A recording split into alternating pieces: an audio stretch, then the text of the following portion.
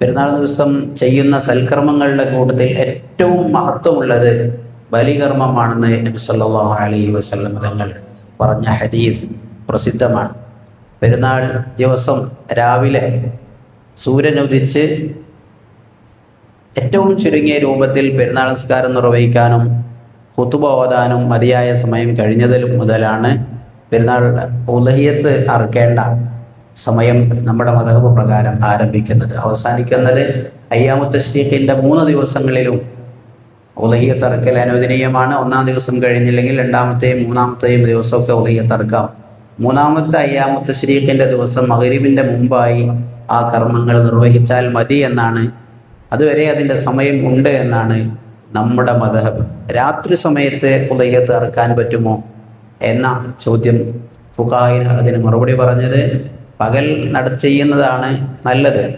എന്നാൽ പകലിൽ എന്തെങ്കിലും തടസ്സങ്ങളുണ്ട്, ജോലിയോ മറ്റു കാര്യങ്ങളോ എന്തെങ്കിലുമൊക്കെ ആയി പകൽ എൻഗേജ് ആണ് എന്നതുകൊണ്ട് എന്ന ഒരവസ്ഥ വന്നാൽ രാത്രി അറുക്കുന്നതിനും വിരോധമില്ല. എന്നാൽ ഒരു കാരണവുമില്ലാതെ മസ്ലഹത്ത് പ്രത്യേകിച്ചൊന്നുമില്ലാതെ രാത്രിയിലേക്ക് മാറ്റിവെക്കുക എന്നുള്ളത് കറാഹത്താണ്, അനാവശ്യമായി മാറ്റിവെക്കാൻ പാടില്ല. അതുമായി ബന്ധപ്പെട്ട് വിശദമായി ഞാൻ സംസാരിക്കുന്നില്ല. ഏതായിരുന്നാലും ആട്, മാട്, ഒട്ടകം ഈ 3 ജീവികളിൽ മാത്രമാണല്ലോ ഉളഹിയത്തുള്ളത്. കോഴി ഉളഹിയത്ത് അറുക്കാൻ പറ്റുമെന്ന് വളരെ ദഈഫായ ഒരു അഭിപ്രായം ഉണ്ട്. നമ്മുടെ മദ്ഹബിൽ പ്രബലമല്ല എങ്കിലും ആ ഒരു അഭിപ്രായത്തെ സ്വീകരിച്ച് ഒരാൾ അങ്ങനെ കോഴിയെ ഉളഹിയത്ത് ഉദ്ദേശിച്ചറുത്താൽ അത് തെറ്റാണെന്ന് പറയാൻ പറ്റില്ലെന്നേ ഉള്ളൂ. പ്രബലമായ അഭിപ്രായ പ്രകാരം ആട്, മാട്, ഒട്ടകം ഇവയിൽ മാത്രമാണ് ഉളഹിയത്തിൻ്റെ പ്രതിഫലം ലഭിക്കുന്ന ഉളഹിയത്ത് കർമ്മം സ്വഹീഹാകുന്നത്. ഒട്ടകത്തിന് 5 വയസ്സും മാടിനും നമ്മുടെ നാട്ടിൽ ലഭ്യമാകുന്ന കോലാടിനും 2 വയസ്സും ആകണം. നെയ്യാടിന് 1 വയസ്സായാൽ മതി, അല്ലെങ്കിൽ 6 മാസം കഴിഞ്ഞതിന് ശേഷം പല്ല് കൊഴിഞ്ഞാൽ മതി. ഉളഹിയത്ത് അറുക്കാൻ വേണ്ടി നമ്മൾ സെലക്ട് ചെയ്യുന്ന മൃഗത്തിന് ന്യൂനതകൾ ഉണ്ടാകാൻ പാടില്ല എന്നാണ്. അതിൻ്റെ മാംസത്തിന് കുറവ് വരുത്തുന്ന രീതിയിലുള്ള ഒരു ന്യൂനതകളും ഉണ്ടാകാൻ പാടില്ല. അത്തരം ന്യൂനതകളുള്ള ഉളഹിയത്താണ്, മൃഗത്തെയാണ് നാം അറുക്കുന്നതെങ്കിൽ ഉളഹിയത്തിൻ്റെ മാംസം എല്ലാവർക്കും ലഭ്യമാകുമെന്നല്ലാതെ ഉളഹിയത്തിൻ്റെ ആ പറഞ്ഞ മഹത്തായ പ്രതിഫലം ഒരിക്കലും ലഭ്യമാവുകയില്ല. ചെവിയിലൊക്കെ ഒരു കുളത്ത് ഒരു സാധനം ഇടുന്ന ഒരു രീതി ഉണ്ടല്ലോ ചന്തകളിലൊക്കെ. അങ്ങനെ ചെയ്യുമ്പോൾ 2 രൂപത്തിലുണ്ടാവും. ഒന്ന് ആ റൗണ്ടിൽ ഇങ്ങനെ കട്ട് ചെയ്ത് പോയിട്ടുണ്ടാവും, അല്ലെങ്കിൽ ഏത് ഷേപ്പിലാവട്ടെ കട്ട് ചെയ്തൊരു കഷ്ണം പോയ രീതിയിൽ ചെയ്തതുണ്ടാകും. അത് ഉളഹിയത്ത് അറുക്കാൻ ഒരിക്കലും പറ്റുകയില്ല. അതേസമയം തുളച്ചപ്പോൾ 2 ഭാഗത്തുള്ള മാംസം 2 ഭാഗത്തേക്ക് ഇങ്ങനെ മാറി നിന്നിട്ടുണ്ട്, ശരി കഷ്ണം ഇന്ന് വേറിട്ട് പോയിട്ടില്ല. ആ രീതിയിലുള്ളതാണെങ്കിൽ കുഴപ്പമില്ല. വ്യക്തമായ മുടന്തുള്ളത് പറ്റില്ല, കണ്ണ് കാണാത്തത് പറ്റില്ല, ഗർഭിണിയായത് പറ്റില്ല.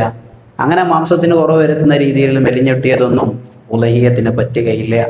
അപ്പോൾ ഉളഹിയത്ത് ഉദ്ദേശിച്ച ആളുകൾ ദുൽഹിജ്ജ 1 മുതൽ തന്നെ അവരുടെ രോമങ്ങളൊന്നും നീക്കം ചെയ്യാൻ പാടില്ല.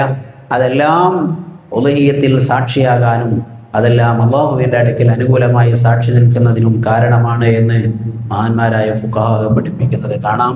അപ്പോൾ ആ കാര്യങ്ങളൊക്കെയാണ് ഉളഹിയത്ത് ഉദ്ദേശിക്കുന്ന ആളുകൾ പ്രത്യേകമായി ചെയ്യേണ്ടത്.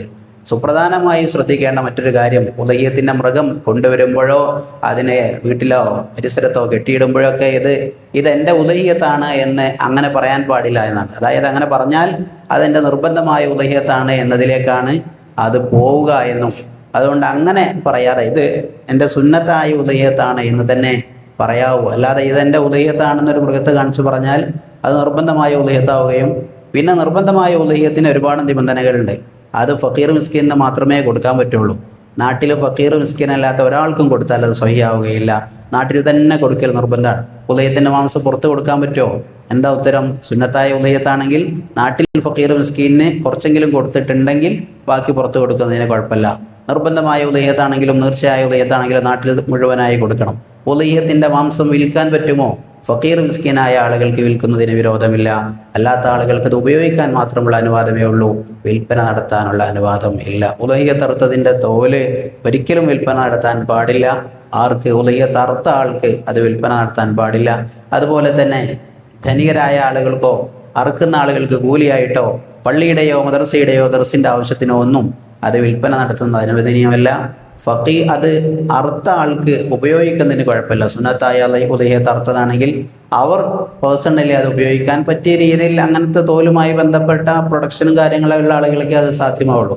അവർ ഉപയോഗിക്കുന്നത് കൊണ്ട് ചെരുപ്പായോ ഭാഗയൊക്കെ ഉപയോഗിക്കുന്നതിന് കുഴപ്പമില്ല എന്നല്ലാതെ ഒരിക്കലും അത് വിൽപ്പന നടത്താൻ പാടില്ല. പിന്നെ അതെന്ത് ചെയ്യണം? ഫക്കീർ മിസ്കീനായ ആളുകൾക്ക് കൊടുക്കാവുന്നതാണ്. അത് കിട്ടിയ ഫക്കീറിനും മിസ്കീനും അത് വിൽപ്പന നടത്തുന്നതിന് വിരോധമില്ല. അപ്പോൾ വിറ്റിട്ട് അതിൻ്റെ കാശ് ധനികരായ ആൾ അല്ലെങ്കിൽ നടത്തുന്ന ആൾ തന്നെ നേരിട്ട് വിറ്റിട്ട് അതിൻ്റെ കാശ് ഫക്കീറിന് കൊടുക്കുകയോ അല്ലാത്ത ആവശ്യത്തിന് കൊടുക്കുകയോ അങ്ങനെയൊന്നും പാടില്ല.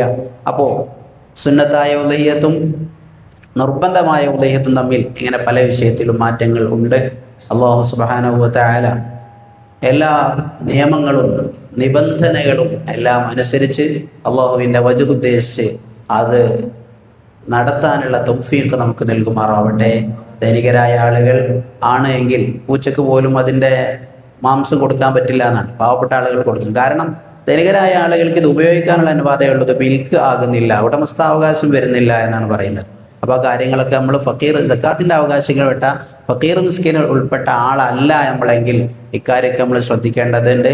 മുസ്ലിങ്ങളല്ലാത്ത ആളുകൾക്ക് ഭക്ഷിപ്പിക്കാൻ പാടില്ല. എന്നാൽ അവർക്ക് എത്ര കിലോയും ഇതും മതപരമായ ഒരു സ്പർദ്ധയുടെയോ വിദ്വേഷത്തിൻ്റെയോ ഭാഗമല്ല.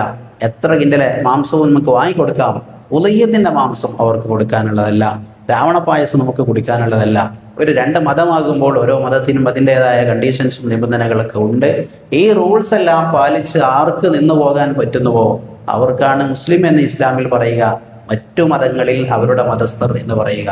അപ്പോൾ ഒരിക്കലും ഉദഹിയത്തിൻ്റെ മാംസം അത് നമ്മുടെ വീട്ടിൽ വിരുന്ന് വരുന്നവരോ അല്ലാത്തവരോ ആയ അമുസ്ലിങ്ങളായ ആളുകൾക്ക് ഭക്ഷിപ്പിക്കാൻ പാടില്ല എന്ന നിബന്ധനയും നിയമവും ഇക്കൂട്ടത്തിൽ ഉണ്ട്. അതെല്ലാം നമ്മൾ ശ്രദ്ധിക്കണം. അല്ലാഹു സുബ്ഹാനഹു വ തആല അർഹമായ രീതിയിൽ അക്കാര്യങ്ങൾ സൽക്രമങ്ങളെല്ലാം ചെയ്യാൻ നമുക്ക് അല്ലാഹു തൗഫീഖ് നൽകുമാറാവട്ടെ. ആ നിലക്ക് ഒരു ഉദഹിയത്ത് സിറാത്ത് പാലത്തിന്റെ മുകളിലുള്ള വാഹനമായിരിക്കും നബി സല്ലല്ലാഹു അലൈഹി വസല്ലം പറഞ്ഞത്. കഴിഞ്ഞ ആഴ്ച ഞാൻ ശ്രദ്ധയിൽപ്പെടുത്തി. ആ മാംസത്തെ അറുത്ത് രക്തം ഭൂമിയിൽ ഉറ്റി വീഴുന്നതിന് മുമ്പ് അത് അല്ലാഹുവിങ്കൽ സാക്ഷിയാകും എന്ന് പറഞ്ഞ ഹദീസ് നാം പറഞ്ഞിട്ടുണ്ടാകും. അല്ലാഹു തആല ആ അർത്ഥത്തിൽ നമുക്ക് അത്തരം സൽക്കർമ്മങ്ങളെല്ലാം ചെയ്യാൻ തൗഫീഖ് നൽകുമാറാവട്ടെ. ആമീൻ എന്ന് ദുആ ചെയ്ത്